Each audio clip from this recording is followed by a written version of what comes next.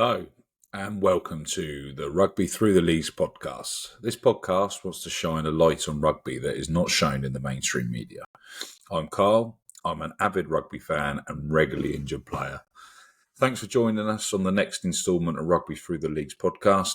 We want to say a massive thank you to everyone that has been following our socials and supporting this journey so far. We'd love to get more feedback from you on the topics and also guests you'd like to see on the pod.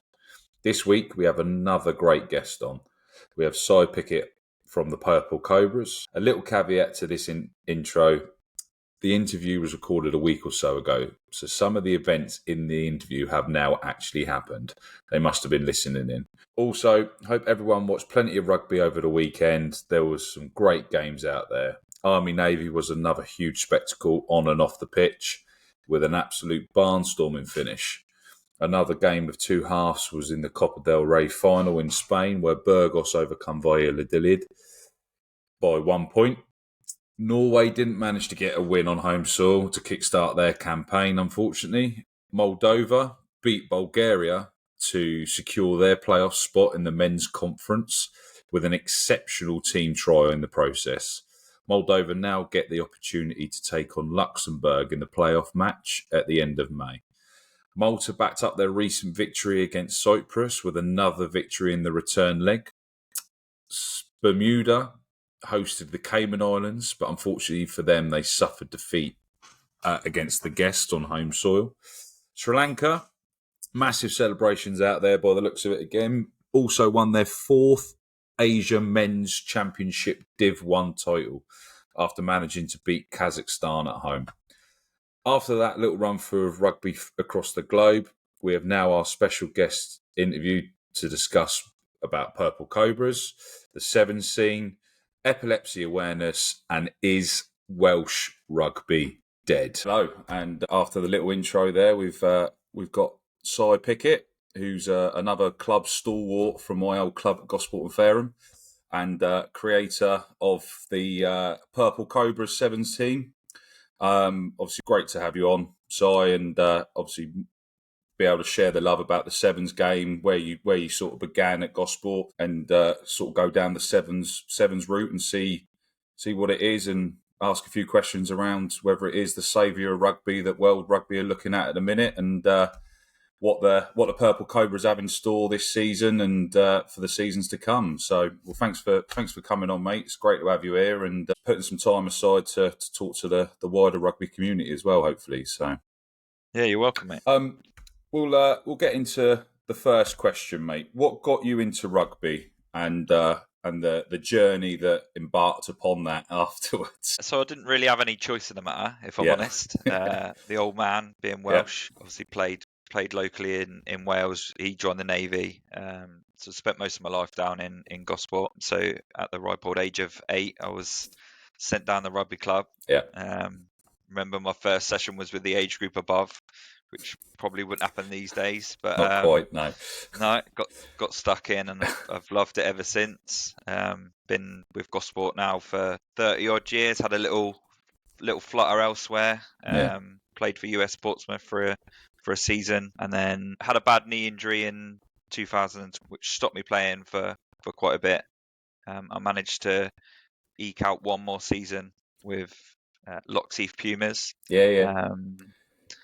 As just discussed with Polly on the other interview as well, apparently they've just managed to get their own pitch now, which is great to see as well. Yeah, so amazing for them, and the opportunity they gave me to be able to kind of retire on my terms, brilliant, was great, and a real kind of, it was what amateur rugby is all about. And down in those levels, it was all about the camaraderie and being able to do what I needed to do to finish sign off. Brilliant. And then obviously you had a little stint as head coach at Gosport for a little bit as well before the Poly era come in. It was so I did the twos for quite a significant time after I'd done my knee, actually. And I couldn't standing on the touchline and just watching. It wasn't me. So I got involved with the twos, kind of renamed the Vikings to give them a bit of identity. I mean, I loved it under Mark Wells coaching the ones at the time. Put a lot of faith in me. and I really enjoyed it. And the Vikings came on leaps and bounds, I think, Yeah. in that period. Yeah, 100%. I enjoyed it, and then the following season, the first team coach, he had some issues, like personal issues, and I was asked to step up for a little while in the early part of the season, which I really enjoyed. And then obviously I had children come along essentially, which kind of took up my spare time. So kind of taking a step back from the coaching a little bit, although I'm involved with Evan now and Eslin, my son and daughter's teams a little bit. So I still get out there, still get the boots on and get involved. Are they down at Gosport as well? Are they part of the Gosport Yeah, so sort they're of youth both in system? Gosport. Yeah, one with the under nines, one with the under sevens. So one's just started their first season of contact. Evan was a bit shy at first with it, but has really stepped up now. And Eslin is with the under sevens playing tag rugby. Again, not the most naturally gifted player, but she works so hard. And because of her working hard, she's now quite a vital member of the team. So yeah, it's good. Brilliant. Because that's the difference out in Spain. So obviously over here now, they actually start full contact from under 6. So they have to wear a head guard and a mouth guard, and they start full contact. So do you think that, as you said, Evan getting to the under 9s and then just starting full sort of a contact level, do you think that holds the English game back, or do you think that's why a lot? Because as you know, like you get to the 2s and 3s, there's a lot of grown men that's still reluctant to tackle. Is that because it doesn't become second nature to them from an early stage? Do you think that's a part of a development piece that we're missing out on in the English game? So I can see the pros and the cons of both ways. Like I said, I didn't start till I was 8. I missed out the tag rugby piece. Was kind of thrown in at the deep end, straight in. Yeah, and I loved it. Like that suited me. But I'd potentially say that my game suffered as I got older. So the whole, obviously, your first couple of years playing tag rugby, it's all about evasion and not getting caught, and obviously the contact side of it's taken away. And I know it's only 2 years, but I feel like potentially like my game maybe suffered a little bit, and I kind of got stovepipe down the. I'm a big brute. I want to put the big hits in, like tackling. Whereas I think Evans benefited. I certainly think Evans benefited from the tag rugby. Yeah, he's a bit slimmer than I am. Don't get me wrong, but he's a big lad, and his footwork already is pretty decent from having to play that way. Yeah, and it only took him a little while to kind of settle into the contact bit, so it wasn't horrendous. because I think in New Zealand it's a sort of a similar setup. I don't think they start tackling till maybe under 12, because they're taught to, as you say, try to evade tackles and find space and offload as quick as possible. And I think New Zealand aren't too bad of a team, so they might have something that works pretty well. So I think it's finding that hybrid level of making sure that contact is met, but also because I think there's still an element of people are scared to make tackles in even in men's rugby. On to the next question then, mate. Obviously 30 years of rugby, you've probably come across a few people. Who did you play with that went on to make it, and was it obvious when you played with them? So I think probably my most obvious example of that would probably be Josh Drananui. So a Fijian lad who was in the Navy. I played Navy under 21s and under 23s with him. He played on the wing, was strong, slight, the typical kind of Fijian offloads. Yeah. Really, you could tell he was a level above everybody else, and that used to be a good level, to be fair. But he was he was strides ahead of everyone else. He went on to play for London Welsh, Harlequins, played England Sevens, played in the French leagues as well. So he played at the top level and had shuffled down over the last few years. Just recently retired, actually. Yeah. But yeah, he was miles ahead of everybody else, and applied his trade all over the place, to be fair. Allowed him to. So the majority of that was whilst he was still in the Navy, which was great. Quite similar to Sam Matavetsi now. The Fijian international. Obviously, he's playing for Northampton and playing for the Navy still. So the Navy allows him to do what he needs to do. Brilliant.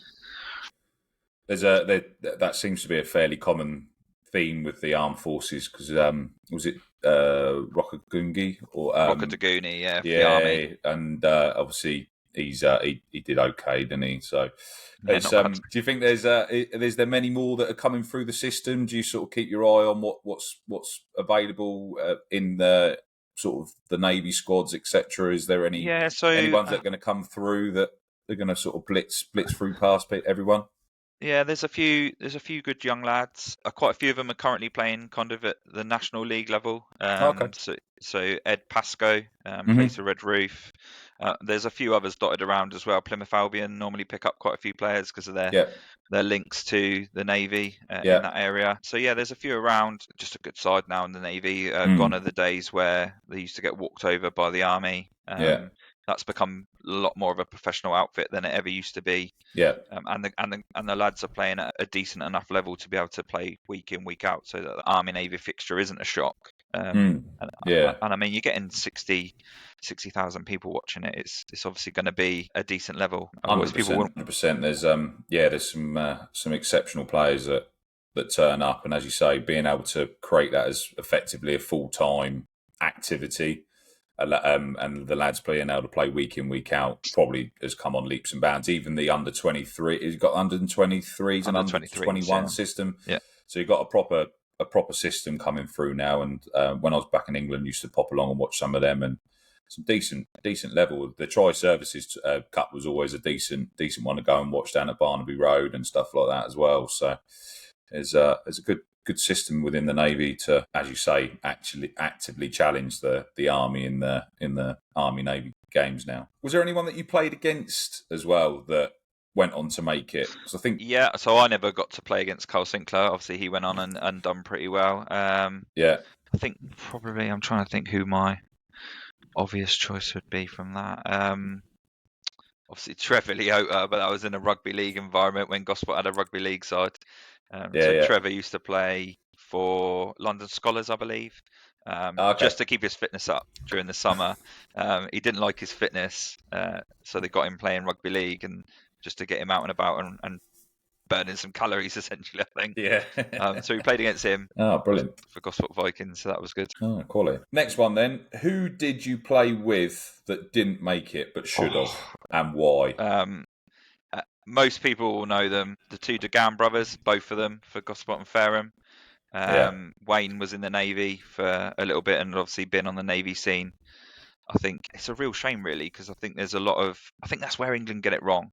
There's a lot of talent in the lower leagues that not necessarily been picked up between the age of kind of 16 and 18 into an academy, and they haven't really finished growing until kind of 20. I've seen an article from Sam Warburton the other day who was saying that there's a lot of academies he's seen it where they're picking the guys up at 16 to 18, the big monsters, and there's guys who have probably got a better skill set, but because they've not quite developed yet, they're getting let go, or they're not even getting picked up in the first place. So I think, probably them two, definitely. Obviously, they've moved on to Havant now, who will be playing National League next year. Yeah, brilliant. And that's both where they should have been playing for a long, long time. Obviously, both stalwarts of Gosport and had their loyalties there. So potentially a little bit of that they liked playing at Gosport and liked the amateur game. But yeah, both of them certainly were strides above everybody else, and probably should have gone on to play professional, I think, anyway. Yeah, both quality players. Obviously now going to be sort of applying their trade in National League next year after going up the hill and over to Havant. So fair play to what they've done. Yeah, great to see Havant actually making an effort of getting through the leagues.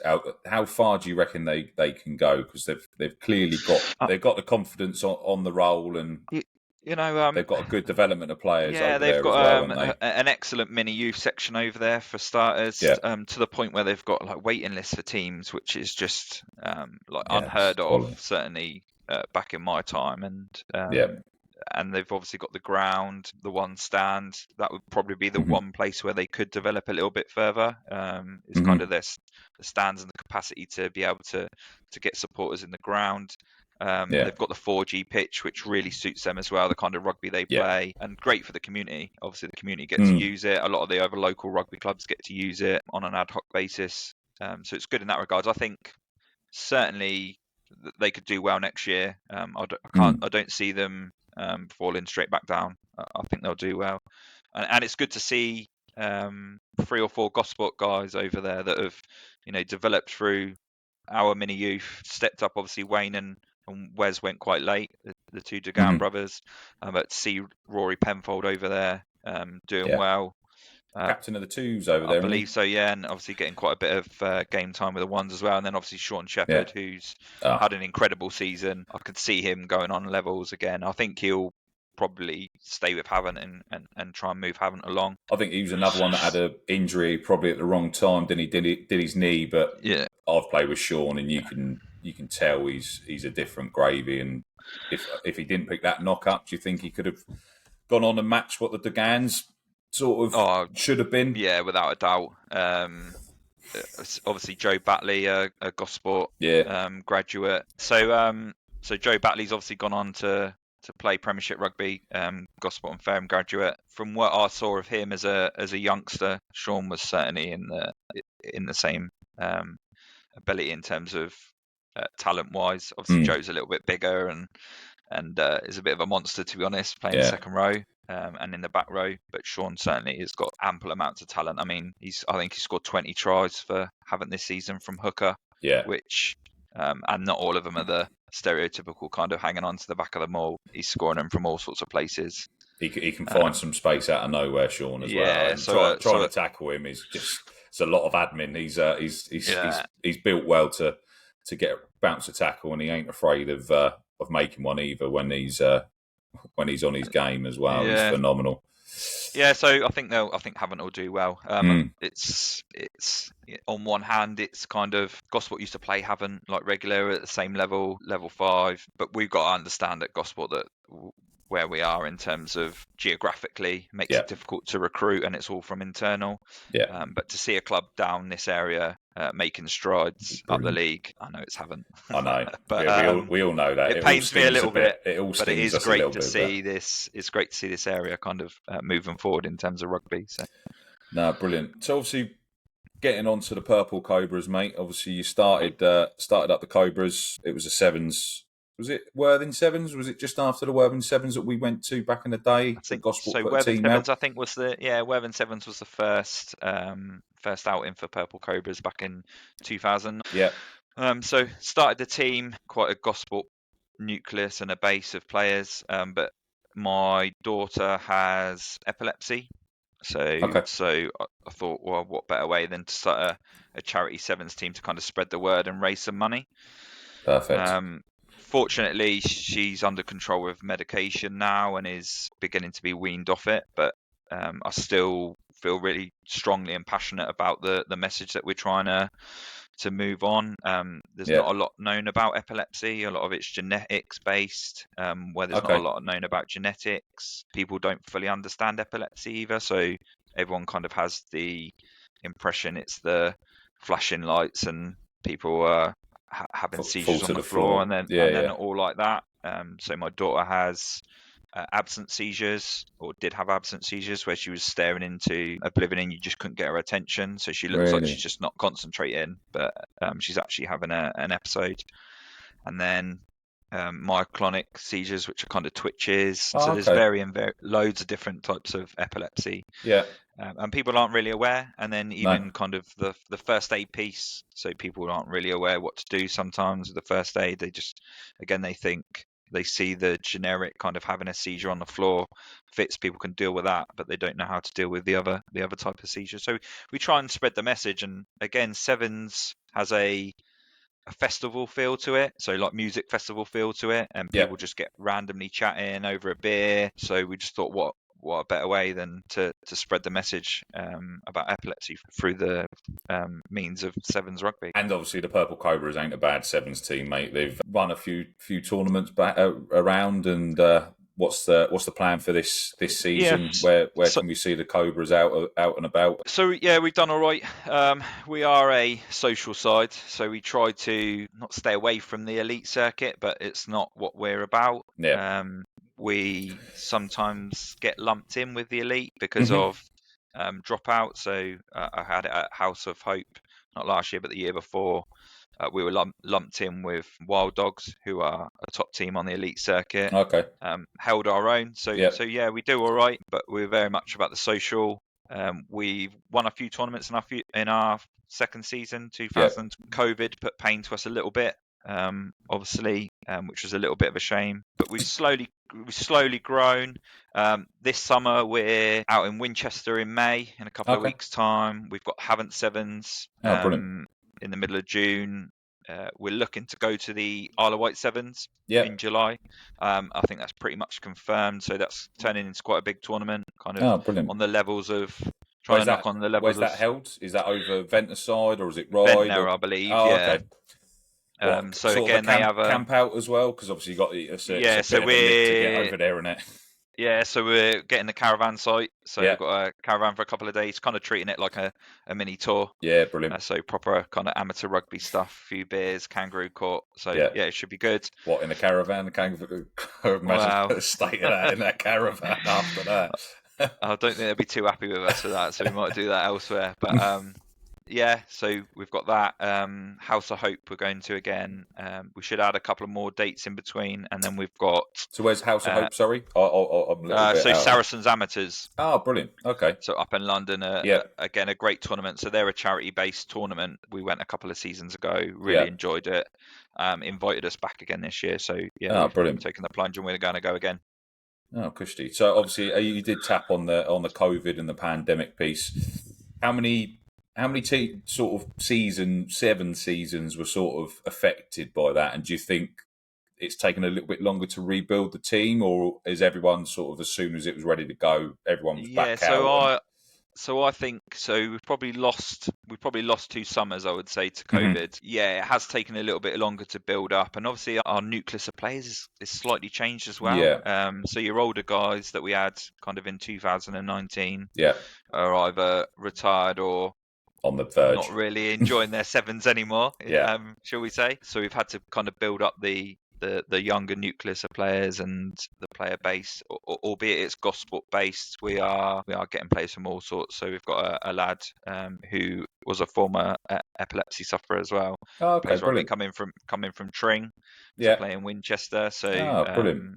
And that's kind of what we want to do. We want anybody to come and play for us. So yeah, we've just started so we managed to get a men's and women's team out at Worthing, not last year but the year before. In fact, no, the last 2 years. So Worthing Sevens again on the circuit this year again, trying to get. Yeah, I think so. Yeah, I think we'll tag that on to the end of our summer sevens season, but we haven't confirmed it yet. So that was quite good for us. Social sevens side that's managing to get a men's and a women's side out is quite unusual on the sevens circuit as well, and something I'm really proud of that we managed to do. Might have scope to be able to roll a sevens vets team. Do you reckon that's is that so an option? There's a Fat Boy Sevens, it's called, at Reading, I think. Oh, really? This season, or it might even be tens, I think, just to give the legs a little bit of an extra help in.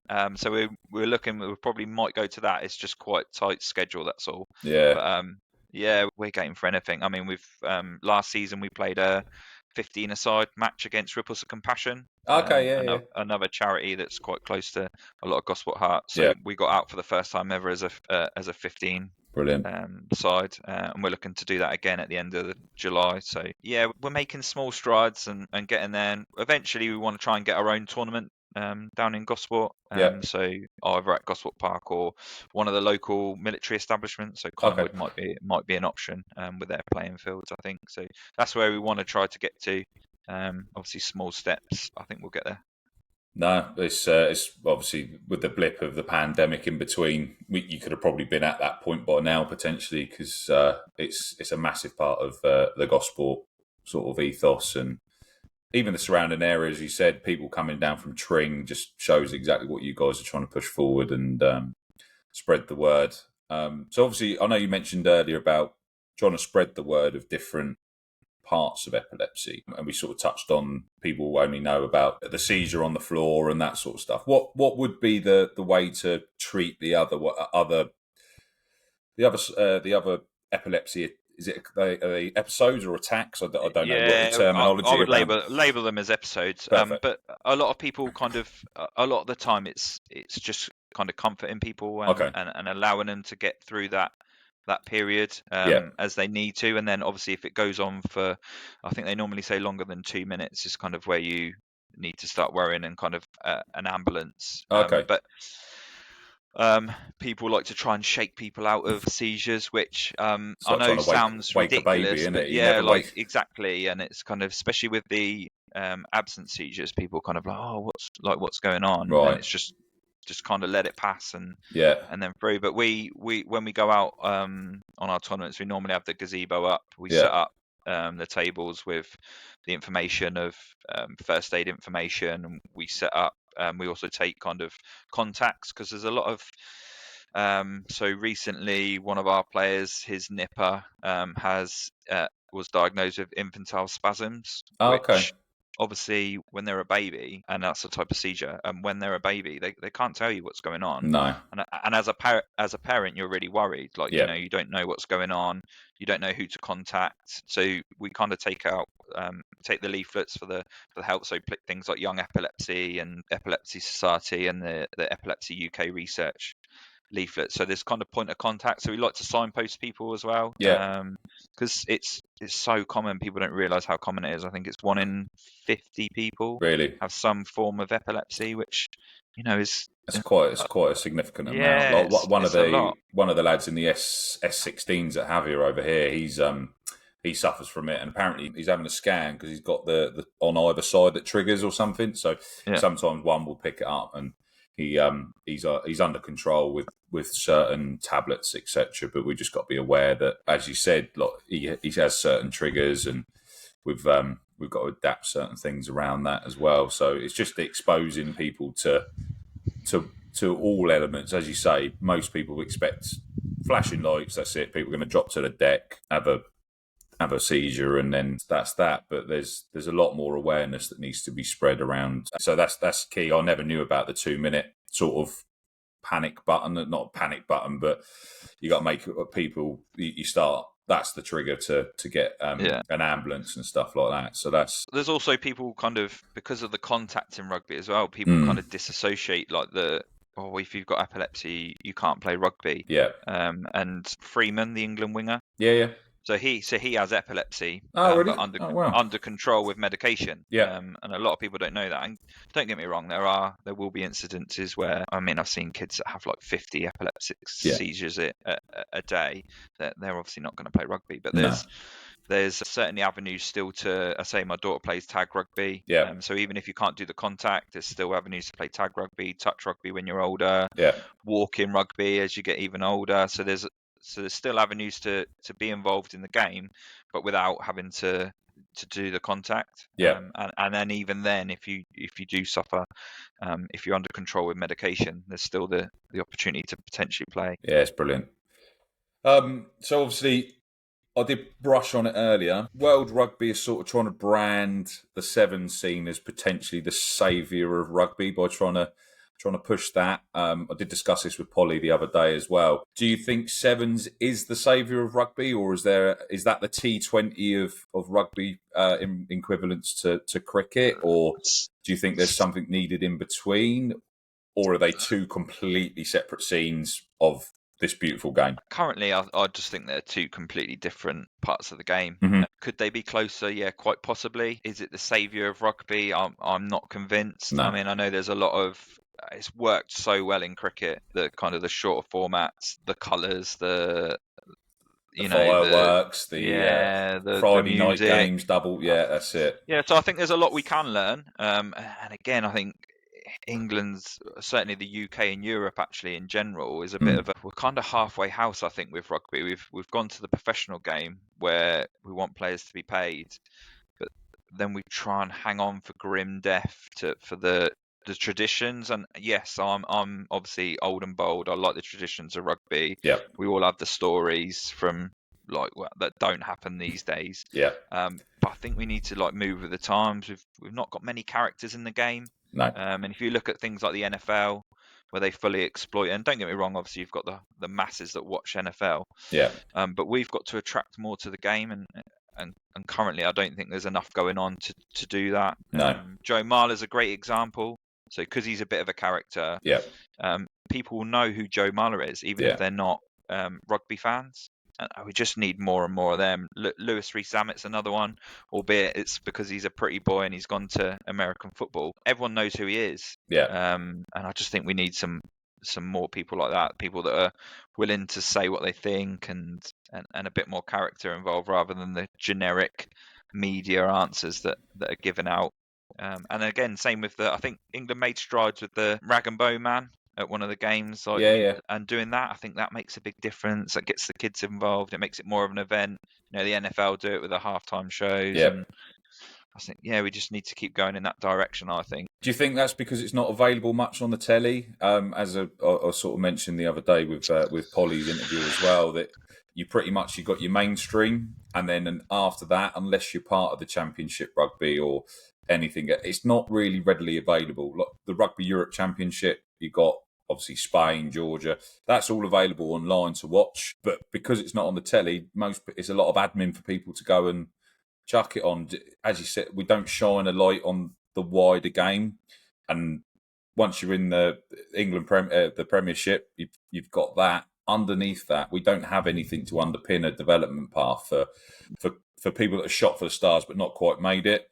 In France, you've got 4 pro leagues that are top quality leagues as well. And I was speaking to somebody the other day about Ireland.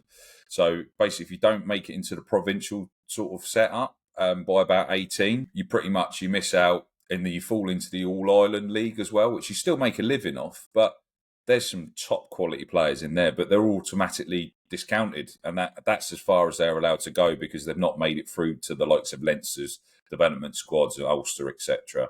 Whereas in New Zealand, I know we popped back to it there, but the door is never closed for an NPC contract. So you could still be 28, 29. You could be playing for any of the sides and still get a potential call up. So do you think that's something that we've closed the door on in certain areas of rugby, and some have to make that decision between 7s and 15s as well? You can't really flip between the two, and I don't know how that's a negative for some players, because I think some players have probably come on better from playing 7s because you've got more expansive. But when you've got to find that space, whereas 15s is very much regimented. This is the drill. This is what we're doing. Whereas 7s gives that freedom to certain players as well. Yeah, I mean, you got a few examples.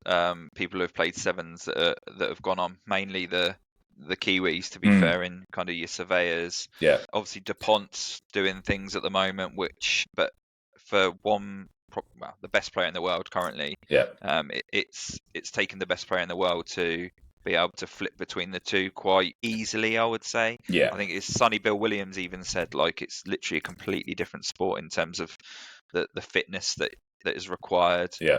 So it makes it very difficult, I think, to kind of flip between the two. It's, like cricket, you can be a decent test player. Yeah. And as long as you've got a bit of you can knock it a bit, you can go and play T20, etc. Or go to the IPL as well, and you get paid some big dollar. And is that the way that that rugby could be used? Is there going to be like a franchise piece? Could you franchise people for 7s halfway through this, and they get paid their big money and be able to put that on? I'd be all for it, and I think it would take like a private investor, kind of your Saudis. I'd love to see that, where you just go, do you know what, we'll have a 7s tournament, we'll have these franchises, we'll get the best players in the world, have a draft system, and people sort of... And I know it is a different game and it's a different fitness, but actually, do you know what I mean? If you're getting paid mega bucks to go and play 7s, whether you're a 15s player, you're going to take it, and then do we keep players in the game, kind of your Rees-Zammits and that, who have disappeared off to the NFL. I think those kind of opportunities are available. Exactly that. He's got the opportunity. I think I heard it on the rugby pod the other day. He was talking about how much he's going to get from his 3-year contract, and I think as long as he makes the roster, I think it's nearly £750,000 a year, or dollars a year. I think it's $900,000 for the 3 years, even if he's in the training squad. Yeah, so I think at Gloucester he was like, I think it was 200 or something. Yeah, which ain't a bad salary. No, it's not horrendous, but it's not there's a reason why retention and there's that the money's not in rugby. And maybe, as you said, if the Saudis want to come in, open a checkbook, get a draft system, play sevens or tens or something like that, just to exploit the system as well, to say, right, actually we're going to put a real flag in the ground. They've managed to do it with boxing.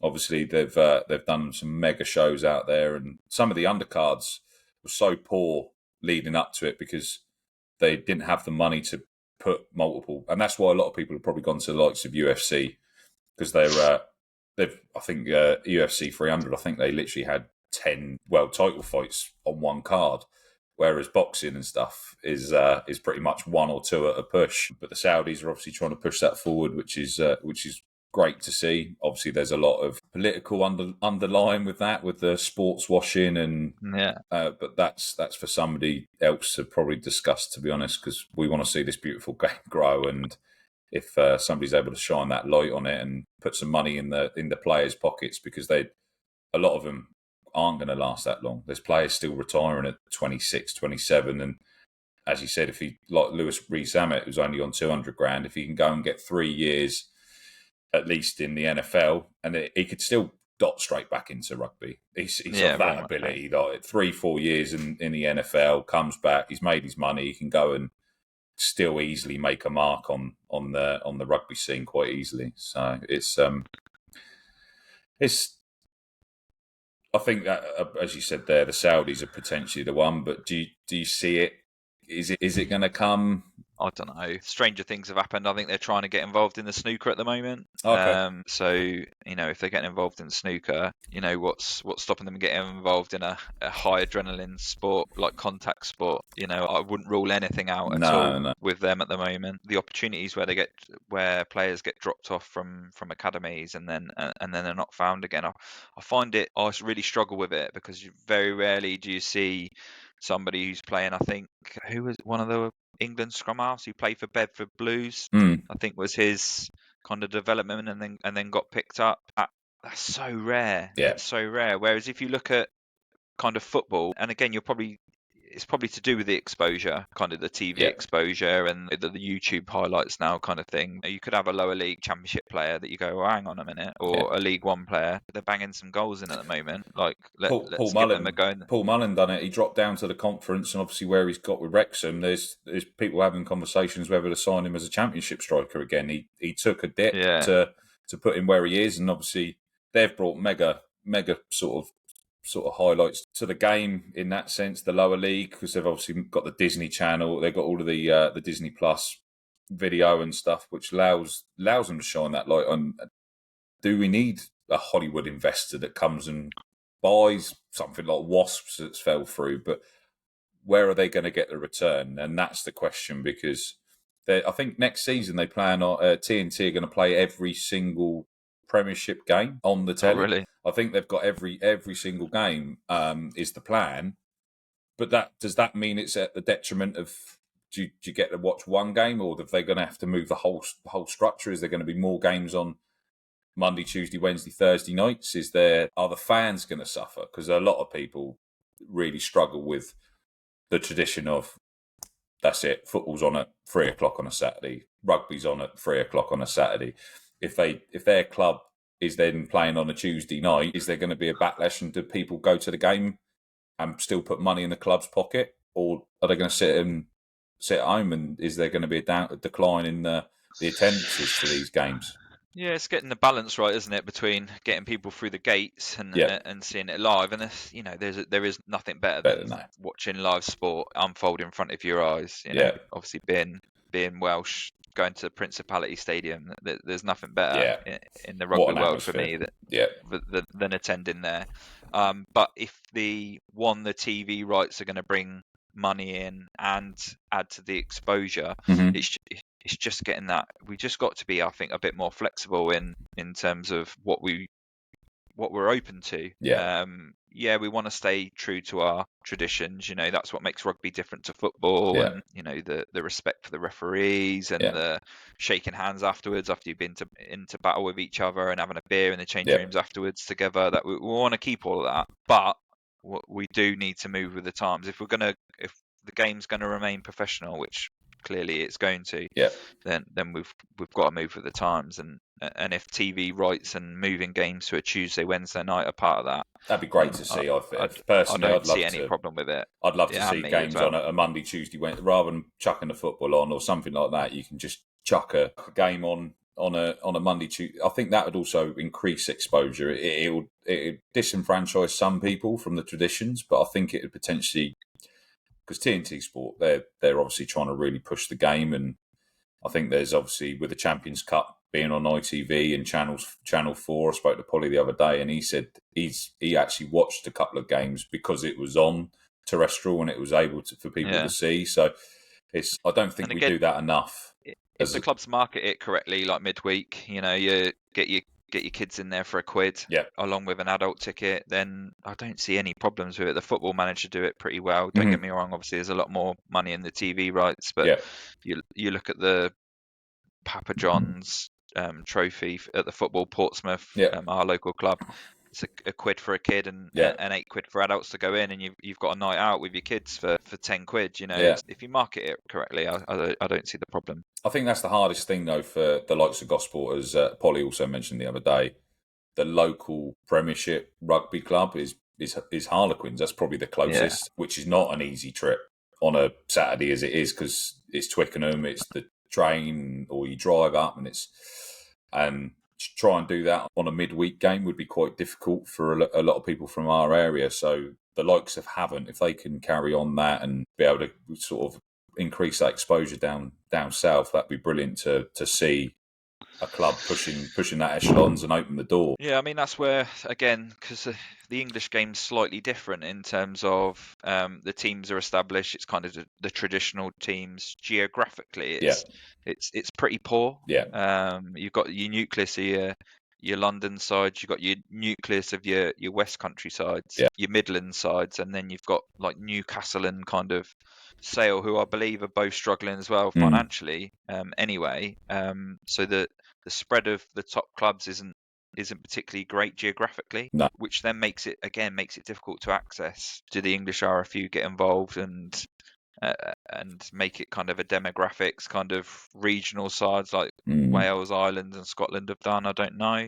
But again, because everyone's got their old traditions and we need to have Bath, we need to have Gloucester. They've pretty much closed the Premiership as well, though. There's no relegation because they're not allowing anyone up from the Championship. So they've now also done the same to the Championship. So the Championship is now closed. There's no promotional relegation for the next season or two, I believe, in the Championship as well, which either allows development or it stunts. There's positives to allow clubs to reset, but also... So again, you've got a double-edged sword there again, where because you've got a league structure that should have relegation and promotion to it, to then make rules that stop that from happening. Yeah. Your Elands, for example, their ground doesn't meet the criteria to be in the Premiership. They're Newcastle's. Yeah. So why do you need a big, massive ground that you're only going to have like half fill?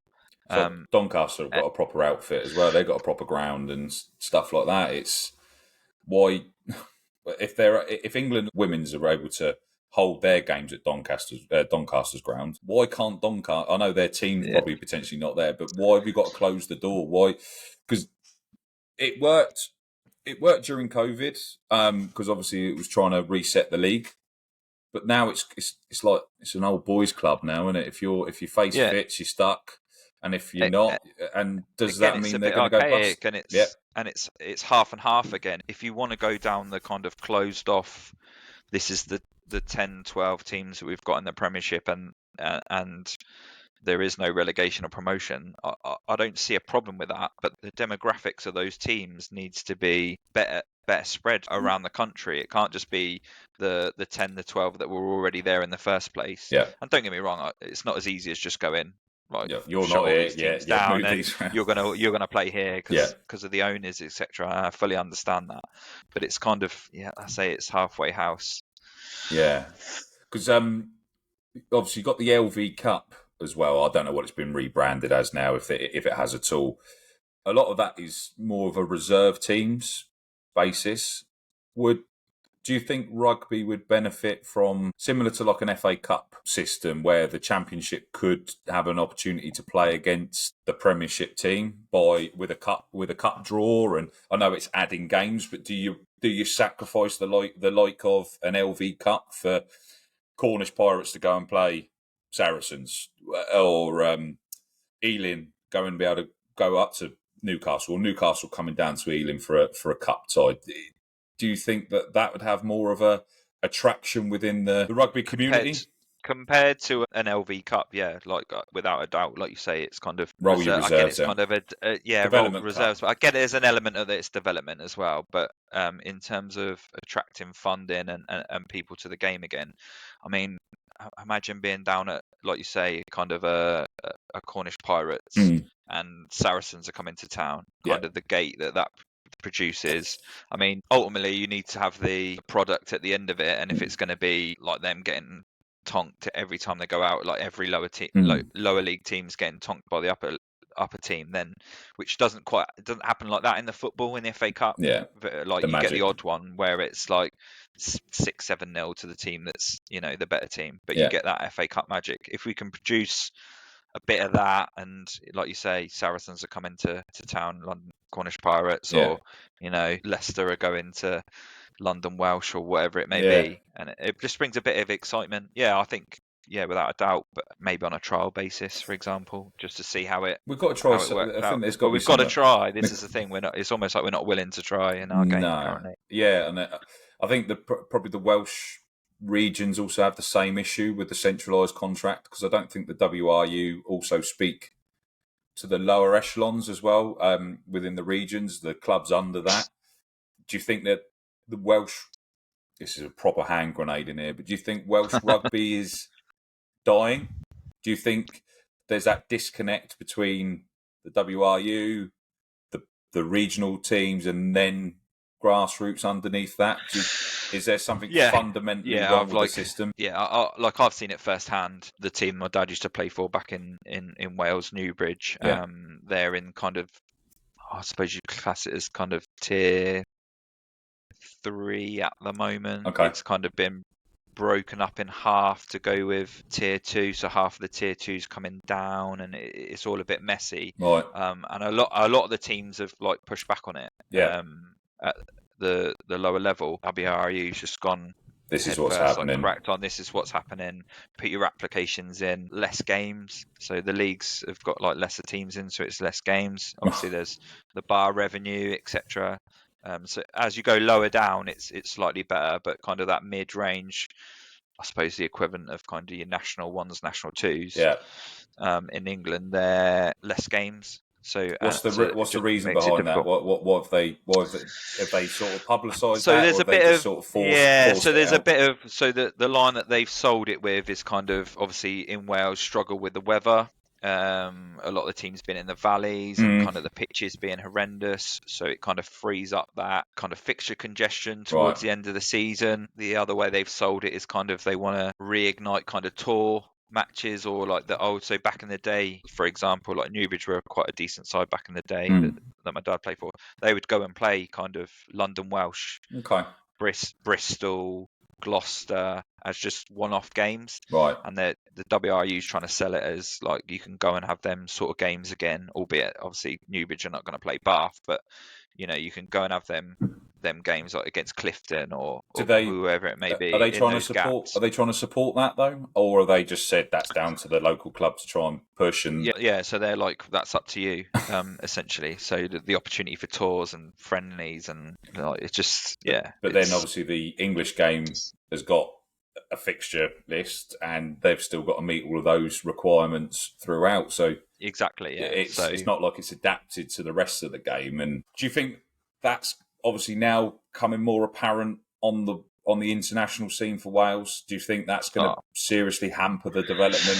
Obviously, a lot of the bigger players are going to France to get their payday. Without a doubt, with the Welsh game, there is an element you have to be reactive. So if it's working, you kind of leave it alone, which I think the Welsh did under the previous reign of Gatland. It was working, kind of the 50 cap rule, 60 cap rule. It was working. It was keeping players in Wales. The international team was doing decent. Like, I mean, we Yeah. punch above our weight all the time. Yeah. That's people kind of forget that, and we do. But then where I feel there should be a reaction, so kind of the getting rid of the 60 cap rule, because we've got so many youngsters that have gone across the borders to play for like Gloucester Academy, Exeter Academy, and it's all to do with scholarships and education. So they're getting that under their belt, and then because they're in with those clubs, it then becomes an issue to play for Wales. Reece Samet was an example of that. Luckily, he was on his original contract with Gloucester. Yeah. So that's why he was able to play for Wales. If he had a 1-year contract with Gloucester and played for Wales and then signed a new one, that would have been him ineligible for Wales. Right. But we've just reduced it now. I think it's 20 caps. But that they're so late on. Like, it's been going on now. If you think about the youngsters that have gone through the academies and are playing for the top Premiership teams, you're talking like 5-6. You know, this has come in for the last 5-6 years, and we've just changed the rule to 20 caps. Yeah. It's just isn't working for us. I think obviously the main situation as well was that the players were willing to basically go on strike against England of all games as well to make that statement. There's clearly some massive disconnect between the WRU and the player base, and by the sounds of it, the rest of the clubs underneath. Yeah, and that action was taken by the internationals who essentially had nothing to worry about. They're on their central contracts, getting paid by their clubs, the top money, and they felt so passionately about what was happening to the other players kind of back at the regions where they were on like 6 months to run their contract, and players weren't getting offered new contracts or what was going on. And these guys have got like mortgages, bills to pay, and they're not aware of what's going to happen in 6 months' time. In terms of their contracts, just not really acceptable. No. Hence, the players felt so passionately to go on strike about it. It's fair play to them. Do you think the URC does enough as a league for Welsh teams? I think obviously the inclusion of the South African teams, and does that also potentially dilute Welsh rugby? Because obviously there was an opportunity but before South African teams come in, Welsh rugby was sort of flourishing, as you said. Do you think they've missed the boat on a lot of that as well? Because Scarlets, Ospreys were doing brilliantly. Cardiff Blues were putting in shifts. Yeah, like club rugby's been a struggle for a while, I think. For me personally, it depends what you want. Like, I think I personally would go down to 3 regions and kind of pull that money a little bit better. I'll put you on the spot. Which one would you get rid of then? So I generally think that it's probably going to happen. Yeah. But I think the WRU, rather than pulling the trigger and saying you're gone, are waiting for the first one to fall over. Right. It is my personal opinion. Strangle the funding and then allow one to hang himself. Like, you saw it up in Scotland, didn't you? Where it's now just Glasgow and Edinburgh, and they've gone from 3 to 2, and they've definitely benefited from it. You see the 2 Scottish sides doing pretty decently in both the URC and in Europe. The Welsh team's just non-existent at the moment, so that's where I would go. Going back to your question, which one would I get rid of? I don't know. On probably Scarlets, I think. And I think they're probably the ones that are struggling at the moment anyway. I just think, again, demographics of it, the Dragons works quite well with Cardiff up the road, the Blues, and then obviously Ospreys and Scarlets are out that way. So it'd be one of them two, and I think Ospreys are in a better position than Scarlets are. So that's where I'd see it. It's a worrying time for Welsh rugby. I think Scotland are also probably having the same issue up there as well, because I don't think their development system allows as much to come through because there's only 2 teams. What players are waiting in the wings to take into that into the Scotland international side? Because once the old guard are gone, is there that development system as well by only having 2 teams? Do you think? Yeah, I mean, if you take I don't think Scotland have got a cap rule as far as I'm aware. So they, if you've got a South African passport, mate, you're in the team pretty much. Yeah, the older guys who then go and get their paychecks elsewhere, I think there's kind of a natural wastage in regards to that, which brings youngsters through. I mean, if you're talking about, it's getting it right, isn't it? I think in Wales at the moment, it's kind of, if you think the 4 sides, if you say in a squad of 35, maybe, I don't know what the squad sizes are, but if you say 35, you're looking at 140 players. do you want 140? Are all those 140 players at the level that they kind of need to be to play international rugby, or do we want to concentrate on the top? Top 20, top, well, 25. top 70 in terms of a couple of squads, or if you're talking, whatever, if you're going to do 3 teams, concentrate on that. If we're talking about the elite game and getting the best for Wales as an international side.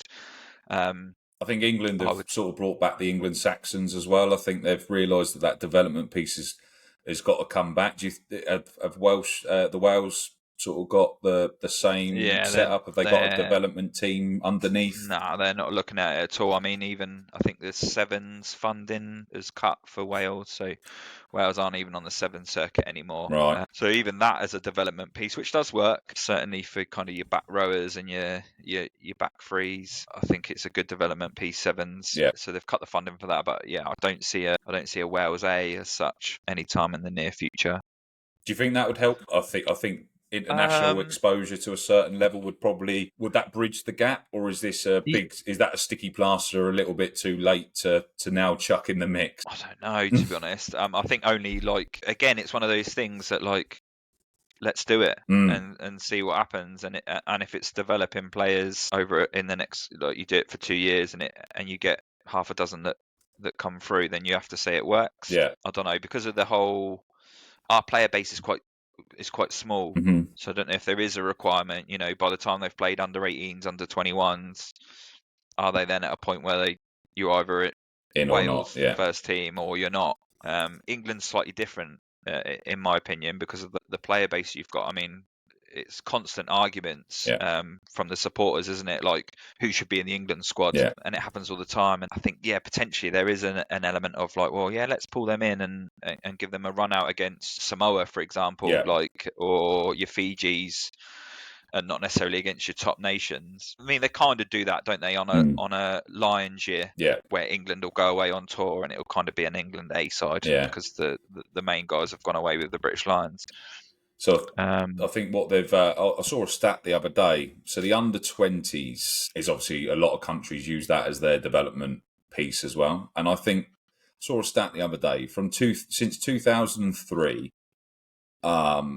Argentina have actually brought 85 players from their under-20s into their first team, which is an unreal stat. And I don't think many other countries got close to that. So Argentina are literally able to predict probably their 15 every seat from their under-20s. And what a path and what a system to know that there's actually a massive chance. And I wonder what the retention rate of under-20s in Wales and stuff like that, and in England, what is the retention of under-20s into the actual first team at an international level? It's also quite, because under-20s, Italy have now massively moved forward with that. Their under-20s are turning over trees in the Six Nations. I wonder if, because again, I don't know too much about Argentinian rugby, but in terms of their youngsters and I don't think there's really that much kind of academy opportunity. No. So when they're casting their eye for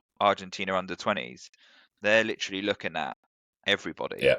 A lot of Argentinians have come over to Spain, and they come over to the French leagues to sort of apply their trade as well, and they get blooded into a decent level of rugby straight away. And their time to shine is, as you said, that under-20s piece, and 80 odd players that have come through from that system just is phenomenal. Yeah, I just wonder if they're casting their net that little bit wider than we do, as kind of with the academy setups in like most of the top tier nations. You've got clubs with academy setups, so they're just looking at that when it comes to selecting Wales under-20s and England under-20s, and they're missing out on lads that are 19, 20 playing for the kind of your championship teams or slightly under that. Yeah, that kind of stat points me in that direction again, kind of confirming the fact that it's where you're getting picked up early rather than necessarily that late developer who might get in. No, I think there's a very rigid system in a lot of the top tier of rugby, whereas the others are able to probably cast their net a little bit wider, and you could turn up trees in the championship and the door's not closed.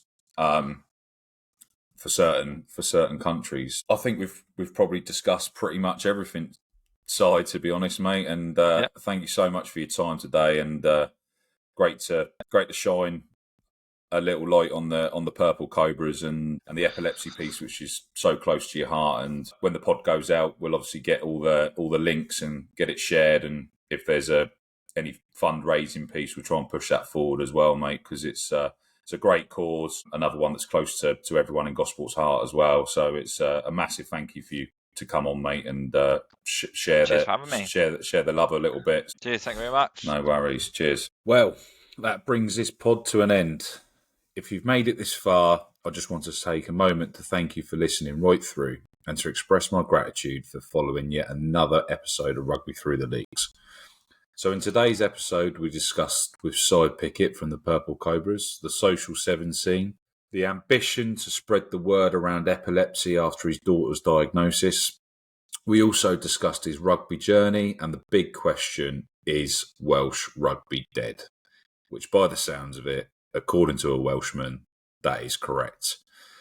Next week, we will be welcoming Liam Perkins, now of Petersfield, to discuss his move into coaching after a hugely successful career at Worthing. And we also get to discuss his decision to move to Worthing earlier in his career after being promoted with Ealing to Nat 1. Once again, a huge thank you to all of you for tuning in. Thank you and goodbye.